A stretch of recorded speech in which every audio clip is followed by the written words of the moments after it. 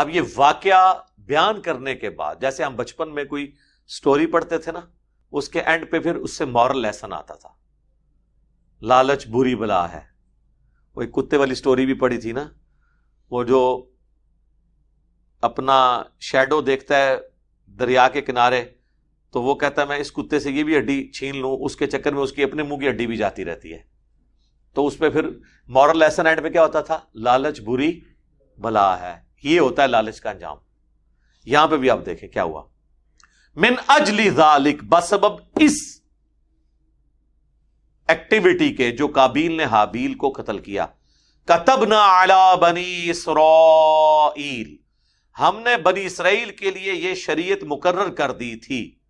اور صرف بنی اسرائیل کے لیے نہیں، ہمارے لیے بھی ہے، تا وقت کہ بنی اسرائیل کی شریعت کا کوئی حکم بدل نہ دیا جائے، کیونکہ شریعت محمدیہ صلی اللہ علیہ وآلہ وسلم شریعت موسوی ہی کی کنٹینیوشن ہے. انہ من قتل نفسا بغیر نفس، کہ جس نے بھی کسی انسان کو قتل کر دیا سوائے دو استثناء کے، دو ایکسیپشنز کے. یا تو وہ قتل کے بدلے قتل ہو، وہ بھی جوڈیشری کرے گی کہ قاتل کا بدلہ مقتول کے ورثاء کو دلوایا جائے گا. او فساد فی الارض، یا کوئی عادی مجرم زمین میں فساد مچا رہا ہو، وہ بھی جوڈیشری فیصلہ کرے گی کہ یہ اتنا فسادی ہے. اب وہ فسادی ایسا بھی ہو سکتا ہے جو صرف چوری چکاری کرتا ہو، بندے نہ مارتا ہو، لیکن اتنی دفعہ چوری اس نے کی کہ اس نے امن برباد کر دیا. اینڈ پہ جوڈیشری یہ ڈیسائیڈ کر سکتی ہے کہ اگرچہ چوری کی سزا ہے تو ہاتھ کاٹنا، لیکن ایک ہاتھ کاٹا دوسرا کاٹ دیا پھر بھی یہ باز نہیں آ رہا تو الٹیمیٹلی اس کو قتل کر دیا جائے.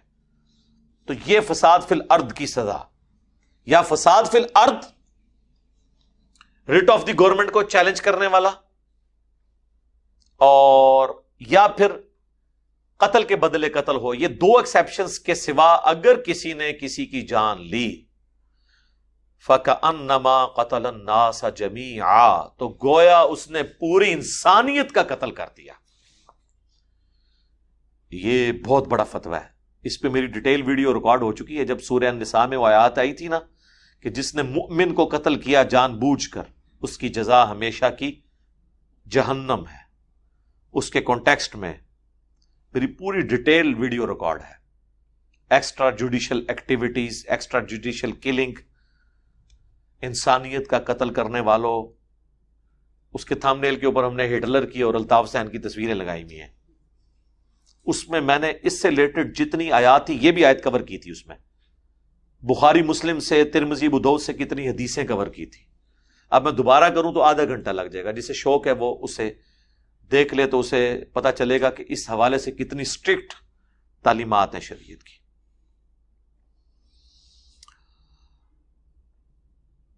سنن نبی داؤد کے اندر حدیث موجود ہے کہ اللہ تعالیٰ یا تو کسی مومن کے قتل حق کو معاف نہیں کرے گا یا شرک کو معاف نہیں کرے گا.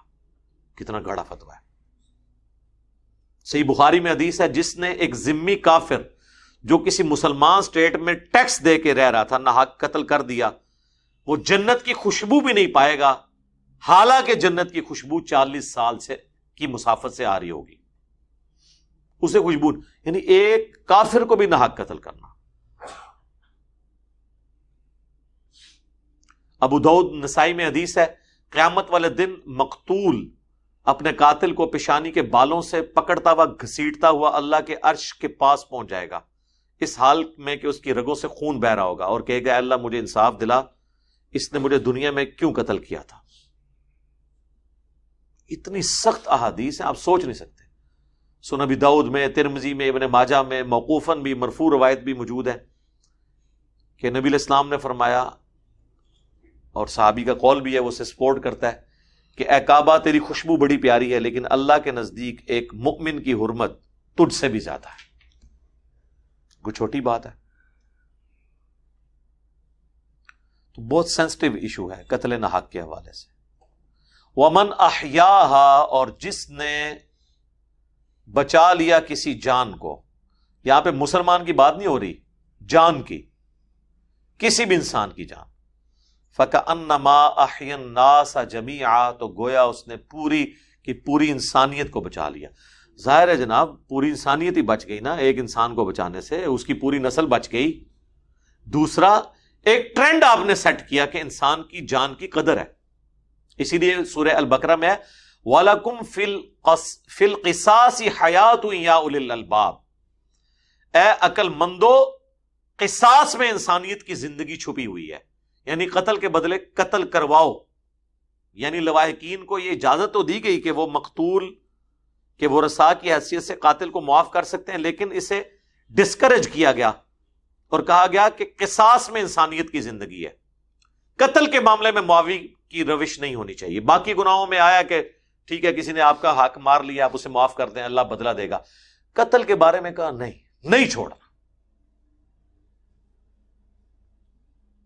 جامعہ ترمذی میں حدیث ہے اگر زمین و آسمان کی ساری مخلوقات مل کے نا ایک مومن کو قتل کر دینا، اللہ تعالیٰ ساری مخلوقات کو جہنم میں پھینک دے گا اور پرواہ نہیں کرے گا۔ اس کی سند میں اختلاف ہے، لیکن اس سے سپورٹیو حدیث مجھے بخاری میں مل گئی، جس میں حضرت عمر کو جب ایک قتل ناحق کا پتہ چلا کہ ایک علاقے میں ایک بندے کو ناحق قتل کیا گیا، تو انہوں نے فرمایا کہ میں اس پورے کے پورے علاقے کو قتل کروا دوں گا اگر یہ سب کے سب لوگ اس قتل میں راضی تھے، کیونکہ ایک مومن کی جان اللہ کے نزدیک بہت اہم ہے، کوئی ہلکا معاملہ نہیں ہے۔ یہاں لوگ لسانیت کی بنیاد پہ، پولیٹیکل ایفیلیشن کی بنیاد پہ، مذہبی منافرت کی بنیاد کے اوپر، چھوٹی چھوٹی باتوں کے اوپر بندوں کو مار دیتے ہیں۔ اب تو آپ دیکھیں یعنی موبائلوں کے اوپر، اس کے اوپر جھگڑے میں بندے قتل ہو جاتے ہیں۔ بجلی کا بل زیادہ آ گیا تو دو فیملیز آپس میں ایک دوسرے کو کاٹ دیتی ہیں، چھوٹی چھوٹی باتوں پہ۔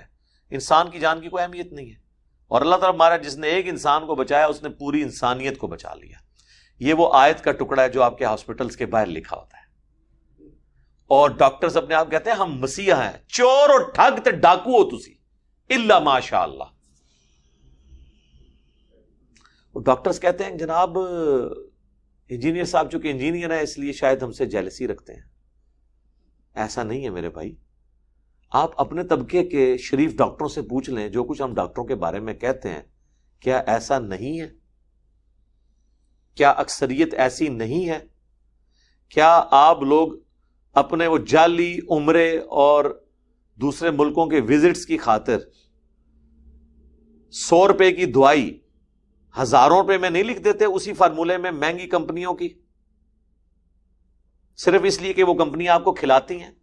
جو یہ ہمارا سسٹم چل رہا ہے میڈیکل ریپ والا، کیا آپ یہ لوگ نہیں کرتے ہیں؟ حرام کے پیسوں پہ عمرے کرنے گئے ہوئے ہوتے ہیں، وہ جی گفٹ ہے، گفٹ ضرور لیں لیکن آپ فارمولہ لکھ کے دیں، دوائی نہ لکھ کے دیں۔ جس طرح باہر کے ملکوں میں ہوتا ہے ڈاکٹر تو دوائی نہیں لکھتا، وہ صرف سمٹمز بتاتا ہے، پھر فارمسٹ جو ہے نا وہ لکھتا ہے کہ ہاں جی اس کو یہ سالٹ چاہیے، یہ ٹھیک ہو جائے گا۔ اور یہ آپ ڈاکٹرز کے پاس، اگر آپ ڈاکٹرز آپ کو کوئی دوائی مہنگی لکھ بھی دیں نا، پریشان نہ ہوا کریں، سیدھا ہے میڈیکل سٹور پہ، ان کے پاس ایک بک پڑی ہوئی ہوتی ہے، اس دوائی کا سالٹ ان کو بتائیں کون سا ہے، آپ عام آدمی بھی جو تھوڑی سی انگریزی پڑھ سکتا ہے وہ سالٹ میچ کرے، آپ کو 20 دوائی مل جائے گی۔ آپ حیران ہوں گے کہ 400 روپے کا کیپسول آپ کو 10 روپے میں مل جائے گا اسی سالٹ کے اندر۔ وہ 400 روپیہ اپنے برانڈ کا لے رہا ہوگا، کیونکہ اس نے 400 میں سے 300 روپیہ ڈاکٹر کو یا 200 روپیہ کھایا ہوگا، 100 روپیہ اپنی جیب میں ڈالا ہوگا، اس لیے وہ 400 قیمت ہوگی۔ چند ایک دوائیاں کریٹیکل ہو سکتی ہیں جو مہنگی کمپنیوں کی ضروری ہیں، ادروائز ہو سکتا ہے یہاں پہ کسی حافظہ اللہ، کسی دامن برکات مالیہ نے نہ بنائی ہو، الٹا کھانے الٹا ہی ہوتے تھے، کوئی ریئیکشن ہو جائے، یہ بھی چانس ہوتے ہیں، اس لیے بھی لوگ مہنگی دوائیں لیتے ہیں۔ اور بعض لوگ جب تک مہنگی دوائی نہ ہو ان کو آرام بھی نہیں آتا، کیونکہ نفسیاتی طور پہ وہ مانتے ہی نہیں کہ یہ دوائی ہے، یہ بھی ہو جاتا ہے۔ تو یہ ڈاکٹرز کیا کر رہے ہوتے ہیں؟ مشورہ فیس 1000 روپیہ، 5000 روپیہ، 10,000 روپیہ مشورے کا۔ ہم نے تو ایسے بھی لوگ دیکھے ہیں جو 50 روپے فیس لیتے ہیں، ان کے پاس سینکڑوں لوگ روزانہ آتے ہیں، بھائی وہ بھی تو کھا ہی رہے ہیں۔ یہی وجہ آپ دیکھیں یہ کروڑوں کماتے ہیں، ان کی اولادیں ان کو کتے کی طرح ٹریٹ کرتی ہیں، ان کی تعفن زدہ لاشیں چھوڑ کے وہ چلی جاتی ہیں، ان مرے ووں کے وہ انگوٹھے لگواتے ہیں اور ان سے ہتھیار، کیونکہ حرام کے پیسے پہ انہوں نے ان کو پرورش کی بھی ہوتی ہے نجائز لوگوں کے ساتھ۔ آپ کو پتا ہے پچھلے دنوں ہاسپٹلز کے بارے میں آیا تھا، کرونا کی وجہ سے جو لوگ مرے تھے یا نہیں مرے تھے اس کھاتے میں ڈال کے وہ ڈاکٹر جو ہے لاشیں والے نہیں کرتے تھے، اتنے لاکھ لا کے رکھو تب لاش دیں گے، تو اب ظاہر ہے عزت بے عزتی کا مسئلہ لوگوں کا بن جاتا ہے۔ اتنے ظالم ہوتے ہیں. بھائی جو جینون خرچہ بنتا ہے وہ آپ لیں, اور اس کے لیے حال یہی ہے کہ گورنمنٹ سارے میڈیکل سیٹ اپ کو اپنے انڈر لے. اگر یہ پرائیویٹ ہاسپٹلس کے اوپر, پرائیویٹ ڈاکٹرز کے اوپر چھوڑ دیں گے تو وہ تو آپ کی چمڑی اتاریں گے. وہ تو ایسے ظالم ہے کہ وہ پریکٹس تو کرتے ہیں سرکاری ہاسپٹلس میں, لیکن شام کو مریضوں کو اپنے کلینک پہ بلا لیتے ہیں, حالانکہ انہیں پتا ہے کہ کوئی اتنا بڑا مسئلہ نہیں ہے, اور دنیا جان کا ٹیسٹ لکھ کے دے دیتے ہیں, تجربے کرتے ہیں, دوائیاں ایسی ایسی لکھ کے دیتے ہیں ان کو کہ تاکہ پہلے ان کا معدہ خراب ہو, پھر معدے کی دوائیاں ان کو دیں. تکلیف پتے کی ہوتی ہے, دوائی معدے کی لکھ دیتے ہیں, اور وہ 10-10 سال کھلاتے رہتے ہیں. پتا تو پھر اینڈ پہ پتا بھی نکلتا ہے, معدہ بھی فارغ ہو جاتا ہے, اور ڈائلسس پہ بھی معدہ چلا جاتا ہے. یہ تو مطلب ہمارے سامنے کئی کیسز ہیں. مجھ سے تو کوئی بھی میڈیکل ایشو ڈسکس کرے تو میں اس کے سامنے رکھتا ہوں, بھائی یہ بھی ہو جاتا ہے, اس میں یہ بھی ہو جاتا ہے, یہ بھی ہو جاتا ہے. جن جن تجربوں سے کم از کم ہم گزر کے یعنی میچور ہوئے ہیں, کم از کم تمہیں تو ان تکلیفوں سے نہ گزرنا پڑے. اور یہ آیت بات لکھی ہوتی ہے, جس نے ایک جان کو بچایا اس نے انسانیت کو بچا لیا, اور بچانے کے لیے کوئی نہیں بیٹھا ہوتا. وہ ایک جان جو بچا رہے ہوتے ہیں وہ اپنی جان بچا رہے ہوتے ہیں, یعنی آپ سے پیسے ہتھیا کے, اور عوام پہ ظلم کر رہے ہوتے ہیں. لیکن اگر آپ جناب گوروں کے ملکوں میں چلے جائیں جناب, وہاں آپ کو انسانیت کی قدر, جانوروں کی قدر بھی نظر آئے گی. واقعی وہ لوگ تن من دھن لگا دیتے ہیں بندوں کو بچانے کے لیے. ادھر کیا کچھ نہیں کرتے ہیں, آئے دن تو یہ تولیے پیڑ میں بھول جاتے ہیں, کینچیاں تک بھول جاتے ہیں. یعنی 2 یا 3 کینچیاں لے کے گئے ہیں, وہ بھی ریٹریو کرنا بھول جاتے ہیں. ان میں سے بھی ایک پیٹ میں سے نکلتی ہے, آپریشن خراب ہو جاتے ہیں. مجھے میرے آفس کے کولیگ بتانے لگے, ان کی جو وائف ہیں وہ گائنی کی ڈاکٹر, تو خوف خدا رکھنے والے ہیں. وہ کہنے لگے کہ مجھے وائف نے بتایا کہ کئی دفعہ لیڈی ڈاکٹرز نے کبھی کسی فنکشن میں جانا ہوتا ہے اور کوئی ڈیلیوری کا کیس آتا ہے, وہ نارمل ہوتا ہے, لیکن وہ اس پہ ظاہر آپ کو محنت کرنی پڑتی ہے, وہ ظاہر ہے پینز آتی ہیں, پھر 7-8 گھنٹے بھی بعض اوقات لگ جاتے ہیں. اب انہوں نے تو میم صاحبہ نے شام کو تیار ہو کے جانا ہے ایک بے پردہ فنکشن کے اندر, تو وہ پھر نرسوں کہتی ہیں 2 اسے انستھیزیا بے ہوش کرو, اسے میں ٹک لگا دیتی ہوں, اور وہ آپریشن کر دیتی ہیں صرف اپنا ٹائم بچانے کے لیے. آپریشن بنتا نہیں ہوتا, لیکن اسے پتا نہیں جس کو ٹک لگا کے تم گئے ہو, اس کی آمدہ کی کئی مہینوں کی زندگی کیسے گزرنی ہے, اس پورے گھر پہ کیا گزرے گی. جب آپ نے پیٹ کے 2 ٹکڑے کیے ہوئے ہیں, اس پہ آپ بے شک یہ لگا بھی دیں ٹانکے, اس کے بعد کیا ہوتا ہے. وہ عورت بیچاری گھر کے کام کس طرح مینج کرے گی, اس کے اگر چھوٹے چھوٹے بچے ہیں اس کو کیسے مینج کرے گی, کپڑے دھونا, کھانے پکانے کے معاملات, اور پھر ہر وقت یہ بھی دھڑکا لگا رہے کہ ان زخموں کے اندر پیپ نہ پڑ جائے, اور اکثر اوقات پیپ پڑ جاتی ہے, پھر اس کی صفائی کرانا. کئی بار پھر وہ صفائی کرنے میں زخم اتنا خراب ہوتا ہے کہ اس عورت کی ڈیتھ بھی ہو جاتی ہے.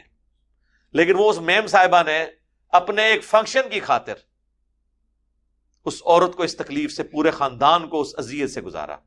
تو قاتل ہے وہ جان نہیں بچا رہی, وہ قاتل ہے اس پورے خاندان کی. یہ کر رہی ہوتی ہے. آج آپ چلے جائیں, آپ کو درجنوں لیڈی ڈاکٹرز میں سے ڈھونڈنے سے ایک ملے گی جو آخری درجے تک نارمل ڈیلیوری کروانے کی کوشش کرے, جس نے حلال کی کر کے کھانی ہے. لیکن سر آپ امریکہ میں چلے جائیں, ہمارے پاس تو ہمارے تو کئی رشتہ دار وہاں پہ رہتے ہیں, وہ کہتے ہیں کچھ شاذ و نادر سننے میں ملتا ہے سیزیرین, ورنہ نارمل ڈیلیوریز ہوتی ہیں. یار ہماری صحتیں ان سے اچھی ہیں, ہماری امیونٹی پاور ان سے اچھی, ہماری لائف, ہماری عورتیں زیادہ ٹف ہیں گھروں کے کام کرنے کے اعتبار سے. وہ وہاں پہ مینج ہوتا ہے, یہاں پہ نہیں ہوتا, صرف اس لیے کہ وہاں کے ڈاکٹرز ایماندار ہیں, ان کو پتا ہے کہ یار اس کو تکلیف نہیں دینی. ڈاکٹرز کو چھوڑ دیں یار, پولیس والوں کو دیکھا ہے, سامنے ان کا چور آ جاتا ہے نا, ایسا چور جو ان پہ گولی بھی جس نے چلائی ہوتی ہے, وہ اس پہ گولی نہیں چلاتے, حالانکہ انہیں اجازت ہوتی ہے. آخری درجے تک ڈرتے رہتے ہیں کہ یار اس کو مارنا نہ پڑے, کہیں ماری نہ جائے. اس لیے نہیں کہ ان کی کوئی پکڑ ہو جائے گی, پکڑ کب ہونی ہے سیلف ڈیفenس کے اندر. ان کو ہوتا ہے یار انسان ہے. آپ ذرا نیٹ جیو کے اوپر کبھی واقعات یہ دیکھیں, وہ پولیس آفیسرز اپنے واقعات سناتے ہوئے خود رو پڑتے ہیں. بندہ مرا نہیں ہوتا, وہ یہ بتاتے ہوئے رو پڑتے ہیں کہ وہ آ گیا تھا میرے اس کے نیچے، میں مار سکتا تھا اسے لیکن میں نے نہیں مارا. اتنے رقیق القلب. یہاں پہ جناب ایسے ظالم ہیں، روزانہ موتیں ڈاکٹر دیکھتے ہیں لیکن آپ دیکھ لیں کہ ان کو فرق نہیں پڑتا، پھر آ کے ذبح کرتے ہیں.